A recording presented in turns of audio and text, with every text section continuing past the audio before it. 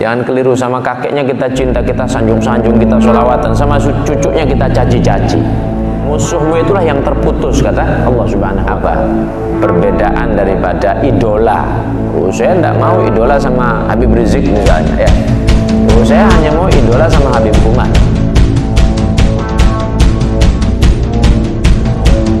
Maka dikatakan Nabi Muhammad itu tercipta daripada cahayanya Allah Subhanahu wa ta'ala. Cahaya itu dibagi menjadi 3 kemudian. Nah, cahaya itu yang tercipta untuk Nabi Muhammad itu sendiri dan keluarganya. Maka tidak bisa kita iri sama ahlu bait Rasulullah. Kenapa? Karena itu cahaya memang Allah yang kasih. Siapa yang jadi anak turunnya Nabi Muhammad, itu Allah yang sudah menetapkan. Itu khusus itu. Maka walaupun seandainya ada seorang sayyid, ada habaib, ada yang tidak berilmu, bukan karena dia berilmu tidak berilmunya, tapi ada darah Nabi Muhammad, ada cahaya khusus dalam dirinya. Itu yang menjadikan kita harus menghormati mereka. Tidak ada alasan. Tidak ada alasan.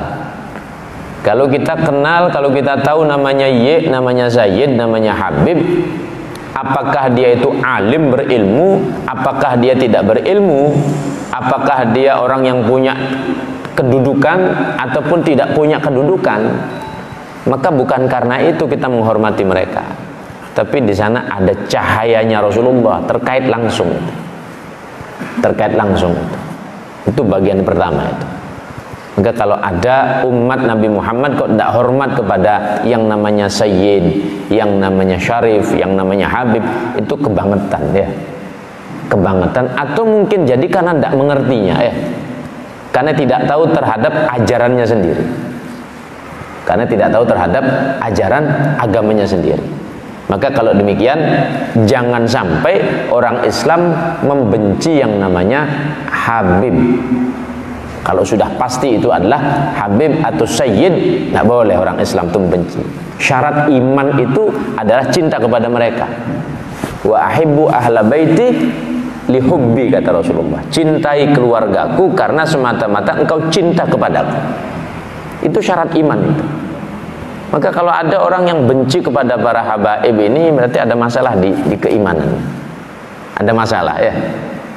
Kalau ada seorang umat Islam kok benci kepada habaib, berarti ada masalah dalam keimanannya itu. Karena itu syarat iman, ya. Itu syarat iman itu. Nah, itu bagian pertama. Kemudian cahaya yang dari cahaya tersebut, bagian yang kedua, wa khalaqtu ashabak wa azwajak minal qasmi tsani. Aku ciptakan sahabat-sahabatmu dan istri-istrimu daripada bagian cahaya yang kedua tadi. Ada satu cahaya dari cahayanya Allah, kemudian yang satu bagian diciptakannya Nabi Muhammad di sana dan keluarganya. Cahaya yang kedua diciptakannya sahabat-sahabat Nabi dan istri-istrinya Nabi. Itu pilihan juga itu. Kita tidak bisa nyesel atau minta, ya Allah kenapa sih saya tidak dilahirkan di zaman Nabi sehingga jadi sahabat. Belum tentu, ya. Seandainya pun kita lahir di zaman Nabi, belum tentu mungkin beriman. Karena untuk mengimani seorang Nabi itu ya penuh dengan ujian. Nyatanya pamannya sendiri Abu Lahab, ya, Abdul Uzza, namanya Abdul Uzza, nama aslinya itu Abu Lahab itu tidak beriman pada Rasulullah, tidak percaya. Abu Lahab itu, ya, itu tidak percaya pada Rasulullah bahwa Nabi itu sebagai seorang Nabi. Termasuk juga Abu Jahal, kan tidak percaya itu, tidak percaya, ya. Nah, maka ya saat ini kita lahir dan hidup di zaman ini, di generasi akhir zaman, umat akhir zaman, ya bersyukur, yang penting percaya adanya mahabbah, adanya rasa sayang. Jadi istri-istri Nabi itu pilihan. Nah, Allah yang milihkan. Itu sudah ada terkait dengan cahaya khusus itu tadi. Sudah terkait dengan cahaya khusus, ya.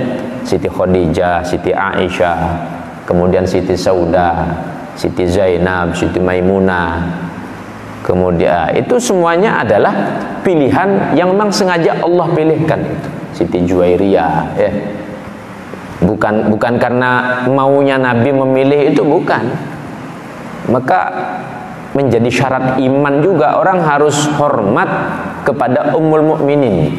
Apapun informasi orang terhadap beliau yang buruk-buruk, maka tolak. Itu pilihan khusus dari Allah Subhanahu wa ta'ala. Nah, sehingga karena namanya Ummul Mukminin, ketika Nabi wafat, tidak ada sahabat itu menikahi istri-istri Rasulullah ketika Nabi sudah wafat. Statusnya sebagai ibu daripada seluruh kaum mukminin. Maka ya sampai kiamat status itu ya. Maka tidak ada istri-istri Rasulullah ketika Nabi sudah wafat kemudian menikahi istri-istrinya. Tidak ada sahabat-sahabat ya, tidak ada. Nah, baik. Itu cahaya yang kedua. Wa khalaqtu man ahabbak minal qasmi tsalis, dan aku ciptakan orang-orang yang cinta kepadamu daripada bagian cahaya yang ketiga. Jadi orang cinta kepada Rasulullah juga itu rupanya sudah jadi pilihan juga ya. Sudah jadi pilihan juga. Nah, maka kita bersyukur ini. Kita bersyukur ya, sekarang ini kita bersyukur. Kok saat ini kita yakin, kita beriman dan cinta kepada Rasulullah, berarti ada tanda baik bahwa kita ini termasuk dalam golongan tersebut kan gitu ya. Ya kita bersyukur kepada Allah. Nah, jadi dari cahaya itu Allah menciptakan orang-orang yang cinta kepada Rasulullah SAW, yang cinta kepada Rasulullah, dan tentunya yang Rasulullah cinta juga kepada umatnya. Tapi sudah pasti Nabi itu cinta kepada umatnya, tidak ingin umatnya itu masuk neraka ya. Nah, kita bersyukur saat ini dijadikan orang yang cinta kepada Rasulullah Shallallahu Alaihi Wasallam. Berarti ada takdir Allah sudah buat seperti itu. Nah, tinggal mari dijaga ya. Kalau cinta kepada Rasulullah, cinta kepada kakeknya sama cucunya, ya mari cinta juga. Jangan keliru ya. Jangan keliru, sama kakeknya kita cinta, kita sanjung-sanjung, kita sholawatan, sama cucunya kita caci-caci. Nah, ini masalah besar ya.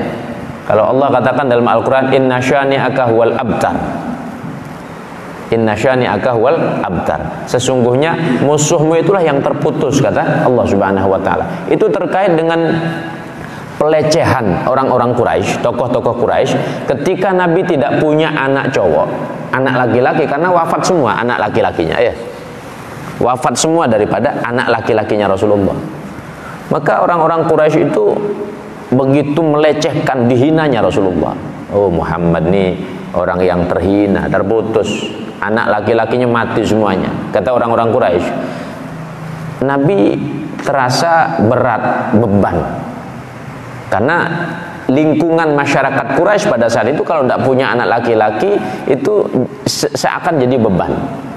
Tapi Allah memberikan hiburan, Allah memberikan ketenangan kepada kekasihnya. Inna syani'aka huwal abtar, musuhmu itu wahai Muhammad kekasihku yang terputus.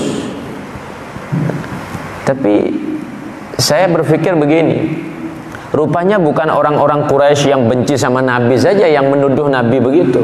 Rupanya ada juga umat akhir zaman yang ngaku umat Nabi Muhammad juga tidak